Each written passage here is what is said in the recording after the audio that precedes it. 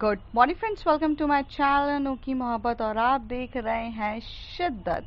Last part बहुत ज़्यादा long हो रहा था और मैं उस पार्ट में हर चीज़ें नहीं कवर अप कर सकती थी, इसलिए मैंने ये पार्ट बनाया है। और इस पार्ट में मैं लास्ट पार्ट का कोई भी आपको फ्लैशबैक नहीं देना चाहती। वो प्लीज़ जाकर आप देखिए और समझिए और इन्जॉय करिए। और अब बढ़ते हैं हम आगे स्टोरी की तरफ। बट मिस्टर ओबरॉय ने मुझे फोर्स किया। तो कहती है तो बाद में ही सही शनाया, तुम मुझे बता तो तुम मुझे बता तो देती कि तुम कौन हो। तो कहती हैं क्या उससे हमारा प्यार बदल जाता। मैं चाहती थी कि तुम किसी इंसान को प्यार करो तो उसके पैसों से नहीं, उसकी क्वालिटीज से प्यार करो। और जब तुमने मुझे मेरी अमीरी गरीबी देखकर पसंद नहीं किया, तभी मुझे तुमसे बेहद मोहब्बत हो चुकी थी, क्योंकि जहाँ तक मुझे पता था शनाया सिर्फ पैसे देख के करती है। पर महर, मैं तो इंसानियत तक नहीं जानती थी। तुमने मुझे इंसानियत करना सिखाया। और सबसे बड़ी बात है, तुमने इतने ऐशो आराम की ज़िंदगी छोड़कर मेरे साथ इतने स्ट्रगल वाली ज़िंदगी, ऑटो से जाना, जो कारों में घूमने वाली लड़की ऑटो में ट्रैवल कर रही थी, वो सब ज़िंदगी जी। तभी वो हंसते हुए कहती है ये ज़िंदगी भी बहुत अच्छी है। जहाँ मोहब्बत होती है ना, वहाँ ज़िंदगी आसान हो जाती है। और ये चीज़ मैं तुम्हें समझाना चाहती थी, जो आप कहीं ना कहीं कई हद तक समझ चुके हैं। इसलिए आप भी हमारे साथ वो ज़िंदगी जीने के लिए भी तैयार हो गई थी। तो ये है मेरी सच्चाई। तो कहती है अब आपके अम्मी अब्बू। तो कहते हैं अम्मी अब्बू कुछ नहीं कर सकते। जब तक हम प्यार करते हैं एक दूसरे से, वो कुछ नहीं कर पाएंगे। आप उसकी टेंशन मत लीजिए। और ये लड़ाई तो हमारी कब से चल रही है। हमने तो पहले ही कहा था कि जिस इंसान का आप हाथ थाम रही हैं, उसके कई दुश्मन हैं और आपको भी कई लोगों से लड़ना पड़ेगा। तो अलीशा वहाँ से कहती हाँ शनाया लड़ लेगी, जब इतनी स्ट्रॉन्ग वुमेन है उसके पास तो लड़ लेगी। तभी वो शनाया अलीशा की तरफ देख के बोलती है आपको हमारी असलियत के बारे में कैसे पता चला। तो कहते अरे मुझे, हाँ वो मुझे उस वक्त आप आई थी ना कल शनाया को समझाने के लिए कि तभी मैंने आपकी एक फ़ोटो खींच ली थी और मैंने अपने फ्रेंड को भेजा। तो उसने मुझे कहा कि दुबई की सबसे बड़ी इंडस्ट्रियलिस्ट की बेटी हैं और ऑस्ट्रेलिया और यूएसए में ये हमारी क्लाइंट है, ये हमारी क्लाइंट है और इन्हीं का ही हम प्रोजेक्ट्स हैंड ओवर करते हैं और ये हमारी ओनर है। तब उसने मुझे सब कुछ बताया। तो मैं भागते हुए यही बताने आई थी, पर मैं इससे पहले बता सकती कि ये सब हो चुका है। तो कहती है कोई बात नहीं। महर बोलती है, तभी शनाया उठती है और महर के गले लग के उसे सॉरी बोलती है कि उसने बहुत, मतलब एक होता है ना कि एक बहुत अच्छा इंसान जो अमीर है लेकिन वो गरीबों की तरह भी रहता है, डाउन टू अर्थ, तो वो उसकी सबकी वैल्यू करती है और कहीं ना कहीं उसके आंखों में आंसू आते हैं। शनाया के आंसू को पोंछ के बोलती है हमारी बेगम साहिबा रोए, हमें ये पसंद नहीं है। और तभी अलीशा कहती होए होए, मम्मी पापा से इतनी जोरों से लड़ना काबिले तारीफ थी। तो कहती है कि हाँ हमारे अम्मी अब्बू उतने बुरे नहीं हैं, हम उनको समझाएंगे, वो समझ जाएंगे। हालांकि वो काफ़ी ज़्यादा शॉक्ड है कि हमने ये डिसीजन लिया है, थोड़ा वक्त लगेगा पर हो जाएगा। और ऐसे बोलकर वो थोड़ा सा करती है। फिर वो बाहर की तरफ मतलब सबके सब डरे हुए रहते हैं कि इतने बड़े इंडस्ट्रियलिस्ट के हैं। तो जब महर वहाँ से बाहर जा ही रही रहती है, तभी वहाँ पर जो रोहित होता है वो सॉरी बोलता है, क्योंकि उसे पता रहता है कि उसका करियर पूरा डिस्ट्रॉय करने की हिम्मत रखती है महर खान। तभी वो टर्न होके बोलती है लड़कियों की इज्जत करने की कोशिश करो। मैं चाहूँ ना तो तुम्हारा पूरा करियर कर सकती हूँ, बट मैं तुम्हारा करियर बर्बाद करके मुझे कुछ हासिल तो होगा नहीं। और तुमने जो रूमर्स फैलाए थे मेरे बारे में, तब शनाया सुनती है कि मैं एक लड़की को सेड्यूस कर रही हूँ। वो पिकनिक के टाइम पर ही मुझे तुम्हारी औकात और तुम्हारी जितनी गंदी सोच है वो सब पता चल गई थी। पर चाहती ना तो उसी समय बहुत बड़ा एक्शंस ले सकती थी, बट तुम मेरे लिए क्या वैल्यूएबल पर्सन हो जिस पर मैं अपनी एनर्जी वेस्ट करूं? ये काजल, तुम लड़कियों पे खुद का ब्रेन नहीं होता है क्या? हमें लगता था कि आप लड़कियां काफी ज्यादा ब्रेनफुल है। एक लड़के ने सिर्फ इतना सा कहा कि मैंने सेड्यूस किया है शनाया को, तो आप ये चीजें मानने लग गई। आप ये मानकर ये सोचने लग गई कि शनाया को सेड्यूस किया है मैंने, और शनाया सेड्यूस हो गई। शनाया में खुद में अकल नहीं है। हाँ, और आपके साथ मैंने वक्त बिताया, आपके साथ खाया पिया, आपको इतना टाइम दिया। या तो लोगों की परख नहीं है आपको, या तो आप इतनी बेवकूफ़ हैं कि किसी की भी बातों पे आ गए। यहाँ पर बहुत से लोग हैं जिन्होंने मेरे ऊपर बहुत कुछ बोला। मैं चाहती हूँ तो सबका जवाब दे सकती हूँ, बट सच बोलूँ मैं देना भी नहीं चाहती हूँ, क्योंकि मेरा जवाब मुंह से नहीं दिया जाता है, एक्शन से दिया जाता है। मेरी हैसियत, मेरी चीज़ें आप लोगों का मुंह बंद कर दी। और आपने क्या कहा था कि मैंने अपने ही ससुर को ब्लैकमेल करके उनसे ये डायरेक्टर की पोस्ट ली। मुझे तो इस कंपनी में आने का भी कोई शौक नहीं है। मेरे पास मेरी खुद की कंपनीज है हैंडल करने के लिए।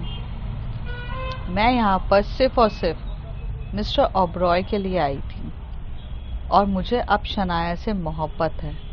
मेरी बेगम है वो, और इसलिए मैं यहाँ पर इतने टाइम तक रुकी हूँ। और रही बात दूसरी चीज़, मिस्टर ओबरॉय को भी नहीं पता था कि महर एक नॉर्मल लड़की नहीं है। वो एक्चुअल में ऑस्ट्रेलिया की बहुत बड़ी बिजनेस आइकॉन है। ये भी नहीं पता था किसी को। पर पता है क्या था, मुझे मिस्टर ओबरॉय क्यों पसंद आए थे? क्योंकि उनकी सोच बहुत अच्छी थी, सोचने का तरीका, नीयत काफ़ी अच्छी थी। और वही चीज़ शनाया के साथ भी है। शनाया कभी भी पैसों का इतना घमंड लेकर नहीं चलती है।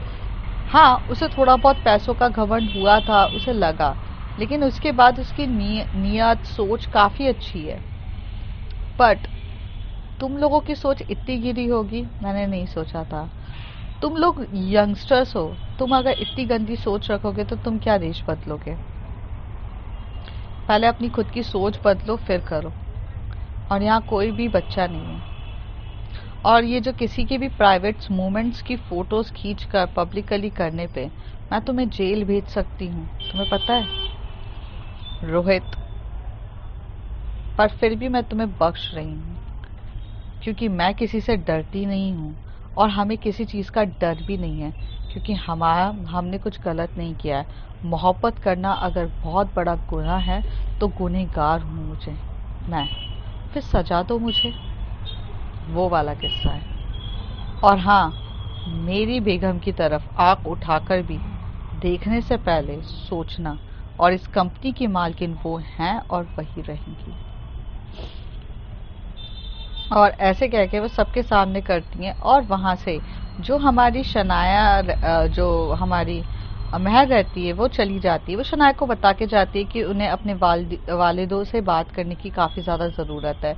और वो वहाँ पर जाती हैं और करती है। तभी वो बोलती है, यहाँ से जो महर रहती है वो होटल रूम के पास जाती है। वहाँ पर जाके अपने अम्मी और अब्बू से मिलती है। पहले अम्मी अब्बू के सामने वो बैठती हैं और उनके सामने बहुत प्यार से कहती है, अम्मी अब्बू, आपके हम एक लौती वारिस हैं, और आप हमसे ही रूठेंगी तो कैसे चलेगा? आप भी तो जानती हैं ना कि हम एक्चुअल में शनाया से मोहब्बत करने लग गए हैं, और शनाया के वालिद से भी हमने वादा किया है। मम्मी, आपने भी तो हमें यही सिखाया है ना कि जब अपना किसी से वादा करो तो अपने वादे से पीछे ना हटो। अब्बू, आप भी तो उसूलों वाले हैं, तो जिस चीज़ का उसूल की जबान दे चुकी है उससे पीछे कैसे हट सकते हैं हम? भला हम उस लड़की का हाथ कैसे छोड़ दें जिसके वालिद से हमने प्रॉमिस किया है? आप हमारी बात को समझने की कोशिश करिए। तभी वहाँ से उसकी अम्मी कहती है, तुम हमारी बात को समझने की कोशिश करो महर, हमने तुम्हें किसी चीज़ के लिए नहीं रोका। पहली बात, अच्छा खासा बिजनेस सेटल था, फिर भी तुम उस दाई माँ के लिए, मतलब उस नैनी के लिए यहाँ पर आ गई और उनके साथ इस तरीके से गरीबों की तरह रहना स्टार्ट कर दी। मैं गई थी उनकी गरीबों की वो जो सोसाइटी है वहाँ पर लोग कदम नहीं रख पाते हैं, तुम वहाँ पर उनके साथ रही हो। तुम्हें समझने नहीं आ रहा है क्या तुम क्या करती जा रही हो? हमने आपको हर चीज़ की आज़ादी दी है, आपको हर चीज़ के लिए रोकते टोकते नहीं है। इसका मतलब ये थोड़ी ना है कि महर आप अपनी मर्जी से हर एक चीज़ें करो। तभी वो कहती है, अम्मी अब्बू आपने हमें इंसानियत करना सिखाई है और हमारे नाना साहब ने, हमारे नाना नानी ने हमें यही चीज़ तो सिखाई थी। और आज आप उस दाई माँ का ये बोल रहे हो कि वो छोटे से झोपड़े के घर से बिलोंग करती हैं, पर आप ये भूल रहे हैं कि आप लोग जब हमें इंडिया में छोड़कर गए थे तो उन्होंने ही हमें लाड प्यार से पाला था। और आज जब उनका बच्चा नहीं है और आज जब उनके बच्चे की उनको कमी है तो क्या हम अपना फ़र्ज भूल जाएं? ये तो नहीं सीखा हमने कभी। और रही बात वो चीज़ गरीब है तो क्या हो गया, उसी हाथों से उन्होंने हमें बचपन में खाना खिलाया है। आज उस झोपड़े में रहने से आपको प्रॉब्लम हो गई है? इतने तो हिपोक्रेटिक नहीं थे आप, और इतनी हिपोक्रेसी की भी हद हो गई है अब तो। मैं नहीं जानती हूँ, ये ऊंच नीच की बात हमें कुछ समझ में नहीं आती है अम्मी। हमें सिर्फ एक चीज़ समझ में आती है और एक ही कलर समझ में आता है, जिसे कहा जाता है मोहब्बत का कलर और मोहब्बत का रंग। अगर उन्होंने हमसे मोहब्बत दिखाई तो हमने भी उसको मोहब्बत दिखाई है। और जिस तरीके से वो भी अपने उसूलों के पक्के हैं, माना कि वो गरीब है लेकिन वो भी अपने उसूलों के पक्के हैं। उन्होंने हमको ये कहा कि हम उनके ऊपर कोई एहसान ना करें, क्योंकि अगर हम उनकी बच्चों की तरह उनके बच्चे की कमी पूरा करने आए तो उनके साथ उनके बच्चे बनकर रहें। और जो हम रहने के लिए तैयार थे, हमने स्ट्रगल ये सब चीज़ इसलिए किया कि ताकि उन्हें ये फील ना हो कि हम उन पे एहसान कर रहे हैं। उन्हें उनकी रहन सहन ये सब चीज़ों को हमने समझा है। और गरीब होना या कम पैसे कमाने से ज़्यादा इम्पोर्टेंट है प्यार होना। अम्मी अब्बू आपने जितना हमें प्यार नहीं दिया ना, उससे कहीं ज़्यादा प्यार उन्होंने हमें कुछ वक्त में दे दिया है। आप तो अपनी प्रॉपर्टी अपने बिजनेस इन सब में इतना लग चुके थे कि आप भूल गए कि मोहब्बत भी एक बहुत बड़ी प्रॉपर्टी होती है जो आपको देना चाहिए था हमें, बट नहीं दिया। हालांकि हम ये बहस करने नहीं आए हैं, हम यहाँ पर कुछ काम के लिए आए थे। वो काम करते करते हो गया हमें शनाया से प्यार। पर शनाया की अगर आप बात कर रहे हो और क्लास की बात कर रहे हो तो शनाया हमसे से ही उतनी क्लासी है। और जब इतनी ही क्लासी लड़की है वो, तो आपको प्रॉब्लम क्या है? प्रॉब्लम उसके क्लास से नहीं है, अम्मी चिल्लाती है। वो मान लेते हैं, लेकिन हम वो लड़की है। तो तभी शनाया कहती है, तभी महर कहती है, अगर वो एक लड़की नहीं होती और अगर वही एक लड़का होता तो आप क्या अब हमारी उससे निगाह करा देते? तो तभी उसके अब्बू कहते हैं, हाँ बेटा हम निगाह करा देते। तो वो कहती, बस यही मसला है ना कि वो लड़की है। तो कोई बात नहीं, हम इंडिया में तो वैसे भी शादी नहीं करेंगे, हम शादी करेंगे तो बाहर जाकर करेंगे, और बाहर मतलब ऑस्ट्रेलिया में हम शादी करेंगे, तो ये चीज़ हो जाएगी। इस तरीके से तो शनाया के वो अपने अम्मी और अब्बू को काफ़ी अच्छे से समझाती है। और इसके बाद उसके अम्मी अब्बू थोड़े हद तक समझने की कोशिश करते हैं, पर हालांकि ये सारी बातें समझने के बाद भी वो पूरे तरीके से इन लोगों की शादी के लिए राज़ी नहीं होते हैं। वो कह देते हैं कि नहीं। फिर थोड़े टाइम के बाद जो शनाया रहती है वो भी ऑफिस से चली जाती है, तो महर उसे कॉल करके एक होटल रूम पर बुलाती है, और जिस होटल के लिए वो उसे बुलाती है और शनाया को अपने अम्मी और अब्बू से बहुत प्यार से मिलाती है। शनाया भी उनके अम्मी और अब्बू से काफ़ी अच्छे से और तहजीब से मिलती है। और फिर कुछ ऐसे क्वेश्चंस होते हैं जिसके बारे में उसकी अम्मी और अब्बू पूछते हैं, जैसे कि वो शनाया का साथ तो वो महर का साथ कभी तो छोड़ेगी नहीं, ऐसी चीज़ें, जिसमें जो महर होती है वो चुपचाप वहाँ पर बैठी रहती है और शनाया सारे उनके क्वेश्चनों का आंसर देती है, और जिससे वो कहीं ना कहीं शनाया की प्यार के लिए जो डेलिकेशन है उससे इम्प्रेस्ड होते हैं। और वो वहीं पे कहते हैं महर से कि हमें नहीं पता कि हम ये शादी के लिए कभी रेडी होंगे कि नहीं होंगे, पर हम तुम्हें रोक भी तो नहीं सकते किसी चीज़ के लिए। ये बात सुनकर जो महर रहती है वो खुश होने लग जाती है और अपने अम्मी अब्बू को कहती है। फिर वो वहाँ से शनाया को गोदी में लेती है और शनाया को बहुत प्यार से लिप किस करते हुए कहती है। तो शनाया कहती है, क्या आपके अम्मी अब्बू मान गए? तो वह कहती हैं कि लगभग मान ही गए हैं, वो इतने आसानी से तो मानेंगे नहीं, क्योंकि उनमें भी एकदम नवाबों वाला खून है ना, तो इतने आसानी से वो मानेंगे थोड़ी ना, थोड़े टाइम लगेगा, पर हर एक एक चीज़ हो ही जाएगी। और ये चीज़ होने के बाद ही अ, देखा जाएगा। तो अब आप इसी चीज़ की टेंशन मत लीजिए और आप आराम से शादी की तैयारियां करने के लिए शुरू हो जाइए। तो कहते हैं कि शादी अभी इतनी जल्दी? तो कहती है इंगेजमेंट कर लें। तो कहती है कि हाँ इंगेजमेंट कर लीजिए।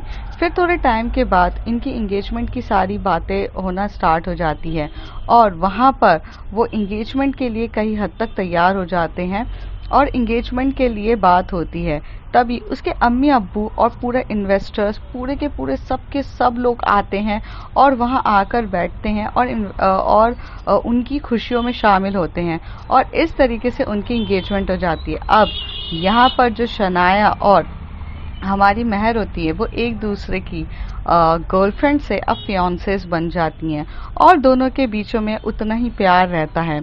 इसी तरीके से जब पूरी इंगेजमेंट ख़त्म हो जाती है तभी जो शनाया रहती है वो मतलब अपने जो टेरेस का रूफ रहता है वो वहाँ पर जाके खड़ी रहती है और वो काफ़ी ज़्यादा बहुत ब्यूटीफुल फील कर रही थी और अपने डैड मतलब वो टेरेस पर आसमान की तरफ देख के बोलती है, डैड आपने मेरे लिए बहुत अच्छी लड़की चुनकर गए।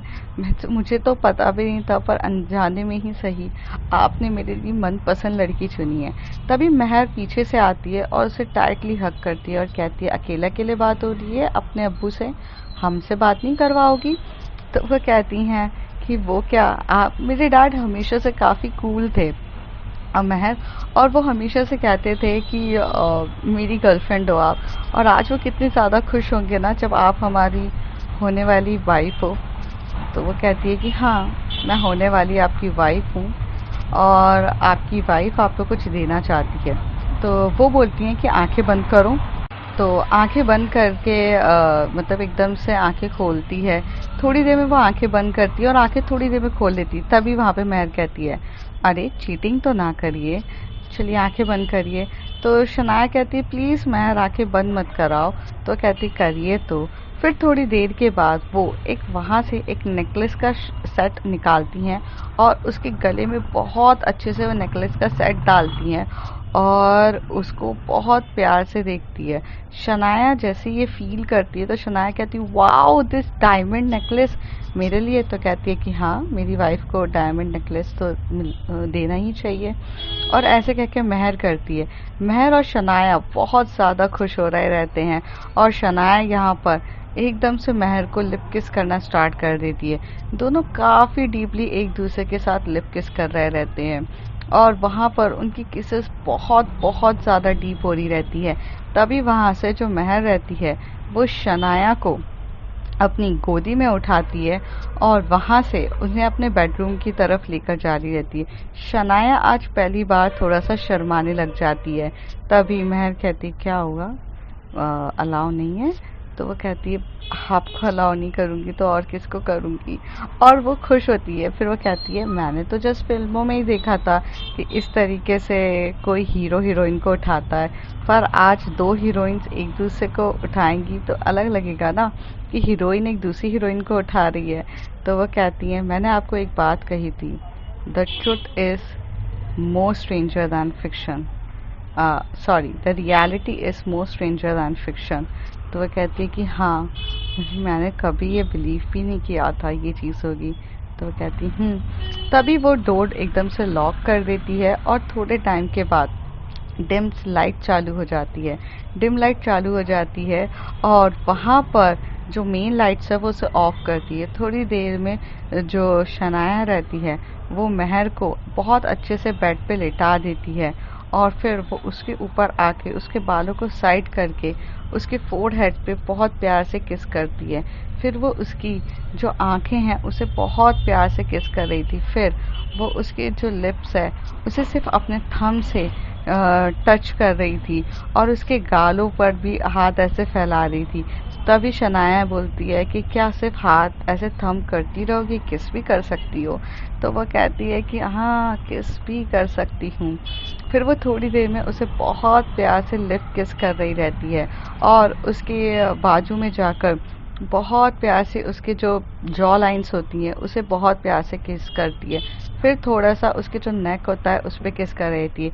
जो नेकलेस उन्होंने पहनाया रहता है वो उसे नेकलेस को निकाल के वहाँ साइड के ड्रॉ में रख देती हैं और फिर धीरे से इन्होंने जो ड्रेस पहनी रहती है वो गाउन पहना रहता है। दोनों ने गाउन पहना रहता है। तो वो पीछे से गाउन की जो जिप होती है उसे ओपन करती है और आगे गाउन को थोड़ा खिसकाती है और जैसी खिसकाती है तो वहाँ पर बहुत प्यार से उन्हें उनके नज़ारे देखने को मिलते हैं। और शनाया तो बस काफ़ी ज़्यादा मतलब एक्साइटेड रहती है और महर धीरे धीरे से जाकर उसे किस कर रही रहती है। थोड़ी देर में जो महर रहती है वो हल्का सा नीचे से जाती है और वहाँ पर जो बूब्स रहते हैं वो उसे थोड़ा सा सक करती है। और सक क्या, उसे पहले टंग के साथ तो थोड़ा बहुत खेल रही रहती है। तभी इतना ही खेलने के बाद एक्चुअल में शनाया की हालत ख़राब होने लग जाती है। फिर वो धीरे धीरे सक करने लग जाती है। फिर वो और नीचे जाती है। वहाँ पर जो नेवल्स रहती है वो वहाँ पर बहुत डीपली तरीके से किस करती है, बहुत प्यार से उसे किस करना स्टार्ट कर देती है और धीरे धीरे वो बहुत प्यार से किस करती है। फिर थोड़ा और नीचे जाती है और इस तरीके से उनके जो क्लॉथ्स रहते हैं वो तो पहले फ्लोर पे गिर चुके रहते हैं और दोनों एक दूसरे के ऊपर आते हैं। यहाँ पे शनाया को महर बहुत सॉफ्ट रोमांस कर रही थी धीरे धीरे एकदम। पर शनाया जो रहती वो आज काफ़ी ज़्यादा एक्साइटेड और एक्टिव थी, तो वो एकदम से चढ़ जाती है महर के ऊपर और वो महर के दोनों हाथों को टाई कर लेती है अपने एक हाथ से और पैशनेट तरीके से किस कर रही रहती है। फिर वो लव बाइट्स देना स्टार्ट कर देती है, उसके नेक पर भी बाइट करना स्टार्ट कर देती है। महर बहुत शांत रहती है और कुछ भी नहीं कहती है, बस उसकी भी एक्साइटमेंट और उसकी रोमिंग भी और अच्छे तेजी से स्टार्ट हो जाती है। थोड़ी देर में वो और नीचे आती है और वहाँ पर नेवल की तरफ किस करना स्टार्ट कर देती है और इस तरीके से वो नेवल पे भी अपने टंग से रोल रोल रोल कर रही रहती है और हाथों से भी रोल करती है और बहुत प्यार से एक दूसरे को किस कर रहे रहते हैं। दोनों एक दूसरे के साथ काफ़ी रोमांटिक्स हो रहे रहते हैं। फिर वो उसके लेग पर भी हरकतें करने लग जाती है, लेग को भी हल्का हल्का सा बाइट करके किस करके बहुत रोमांटिक्स वे में वो उसे किस कर रही रहती है। थोड़ा और नीचे जाके और प्यार से वो किस कर रही रहती है और दोनों एक दूसरे के इस मोमेंट्स को काफ़ी ज़्यादा इंजॉय कर रहे थे और काफ़ी एक्साइटेड भी हो रहे थे। और थोड़ी देर में जो शनाया और जो महर रहती है वो एक दूसरे के ऊपर बॉडी से बॉडी रबिंग करना स्टार्ट कर देते हैं और काफ़ी ज़्यादा अच्छे से वो दोनों एक दूसरे के साथ कंफर्टेबल होते हैं और एक दूसरे के साथ काफ़ी प्यार से किसेस करते करते अपनी मोमेंट्स जी रहे रहते हैं। थोड़े टाइम के बाद जब उन लोगों का रोमांस ख़त्म हो जाता है वो एक दूसरे को हक कर देते हैं। नेक्स्ट डे अब वो दोनों गर्लफ्रेंड्स रहती हैं, तो वो अब वो दोनों फियांसे रहती हैं और एक साथ रहती हैं। तभी वो जब सुबह मॉर्निंग का टाइम होता है तो महर उठ के वहाँ पर बहुत प्यार से कॉफ़ी और सैंडविचेस रखती है और अपनी वाइफ को हैप्पी गुड मॉर्निंग कहती है और वहाँ पर वो भी इतनी ज़्यादा खुश होती है। तभी महर वहाँ से नीचे जाती है और अपनी अम्मी अब्बू को भी हाय हेलो करती है और साथ ही साथ उस दिन उसी पूरे के पूरे घर पे एक्चुअली अम्मी अब्बू भी थे और शनाया की मॉम भी थी। वह वहाँ पे शनाया को भी बोलती है और वहाँ पर जो एक्चुअली जिनके घर पे वो रह रही थी स्टार्टिंग से अम्मी अब्बू बोलती है ना, मतलब जो उनकी नैनी रहती है उनको भी जाके वो सबको ग्रीट करती। इस तरीके से जो महर रहती है वो पूरी फैमिलीज को एक साथ लेकर चलती है। शनाया भी थोड़े टाइम के बाद फ्रेश हो जाती है, नीचे आ जाती है और सब एक दूसरे के के साथ हैप्पी लाइफ चल रही रहती है। यहाँ पर जो महर के पेरेंट्स रहते हैं वो थोड़ा सा वक्त लेते हैं शनाया को समझने के लिए, और वो ये कहते हैं कि शनाया अगर उन्हें सही लगती है तो वो जानेंगे। हालांकि उन्हें अब उनके लव की चीज़ों से कोई प्रॉब्लम नहीं थी। धीरे धीरे जो हमारी महर थी उन्होंने काफ़ी अच्छे से अपने अम्मी अब्बू को समझाना स्टार्ट कर दिया था, प्यार मतलब चीज़ें। और ये चीज़ उन्होंने कब से स्टार्ट कर दी थी, जब उन्होंने फर्स्ट टाइम उन्हें पता चल चुका था, मतलब जब महर को ये पता चल चुका था कि अब वो शनाया के साथ प्यार करना स्टार्ट कर चुकी हैं, वो तब से ही ऑलरेडी अपने पेरेंट्स को कन्विंस करना स्टार्ट कर दिया था उन्होंने। धीरे धीरे वो कुछ ना कुछ चीज़ों से अपने पेरेंट्स को कन्विंस करती ही थी। जैसे कि वो कभी कभार ऐसी हरकतें करती थी कि अपने डैड को एक प्रोफाइल भेजती थी बिजनेस प्रोफाइल के लिए, और बताती थी कि ये लड़की इस कंपनी को कर रही है, वो काफ़ी काबिल है। मतलब हर एक एक चीज़ शनाया के बारे में थोड़ा ना थोड़ा उन्होंने बताना स्टार्ट कर दी थी। महर काफ़ी इंटेलिजेंट थी और उसे पता थी कि उसे अपने अम्मी अब्बू को टाइम देना है, और इसी तरीके से उन लोगों की लाइफ चलती है। फिर करीब 2 से 3 महीने बीत जाते हैं। 3 महीनों के बाद जब फाइनली जो मतलब इस 3 महीनों में जो हमारे महर के अम्मी अब्बू रहते हैं, जो रियल महर के अम्मी अब्बू रहते हैं, मिस्टर खान और मिसेस खान, वो एक्चुअल में शनाया के साथ रह के शनाया को समझने लग जाते हैं और शनाया को हर तरीके से एक्सेप्ट करने के लिए तैयार हो जाते हैं। पर इनके 3 महीनों के बीच में ऐसे बहुत सारे चैलेंजेस उनकी लाइफ में आए थे, जैसे कि उनके रिलेटिव्स लोग बहुत ज़्यादा बोलना स्टार्ट कर दिए थे मिस्टर खान और मिसेस खान के, कि आपकी बेटी एक लड़की से मोहब्बत कर रही है। और कहीं ना कहीं मतलब जो वहाँ के जो लोग थे वो बार बार कहते थे कि कुरान में तो लिखा ही नहीं है। ऐसा करके कई चैलेंजेस आए थे, लेकिन जिसमें महर सबके सामने कुरान में अगर जो भी ये लिखा रहता था उसके बारे में बोलते थे तो उन्हें वो काफ़ी अच्छे से चीज़ों के लिए समझाती थी। और जिस तरीके से जब महर सामने समझाने के लिए तैयार थी अपनी मोहब्बत को, तो उसके सामने कोई भी कुछ नहीं बोलता है। आखिर कुछ 3 महीनों के बाद जब अब उन लोगों की शादी की बारी आती है और ग्रेट वेडिंग डे होता है, पर वेडिंग यहाँ इंडिया में होती ही नहीं है, वो वेडिंग ऑस्ट्रेलिया में होती है, क्योंकि जो महर रहती है वो ऑस्ट्रेलिया की रहने वाली रहती है और ऑस्ट्रेलिया में गे मैरिजेस अलाउ रहती है। तो वो सेम सेक्स मैरिजेस के लिए वहाँ पे लीगलाइज्ड वे में एक्चुअल में अपनी गर्लफ्रेंड से शादी करती है, और वो शनाया के साथ वहाँ ग्रैंड तरीके से वेडिंग होती है।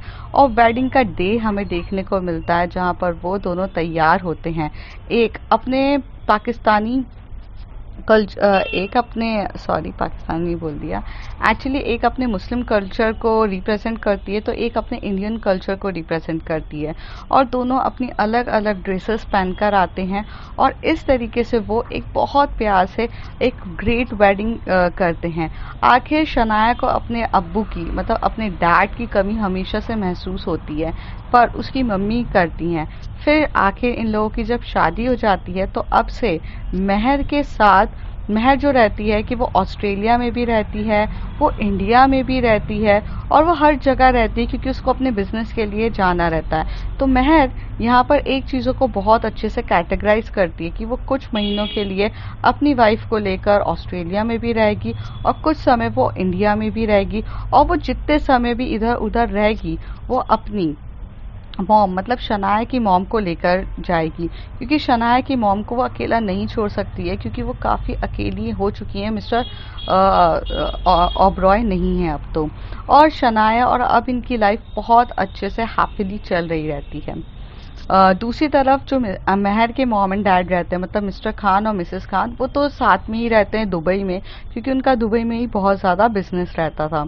और अब जो शनाया रहती है वो अपने बिजनेस को विदाउट द हेल्प ऑफ महर अपने बिजनेस को काफ़ी अच्छे से हैंड ओवर लिया है, और अब आज की डेट में वो दोनों एक बहुत अच्छी बिजनेस वूमेंस हैं और वो अपने बिजनेस को काफ़ी अच्छे से निभाती हैं।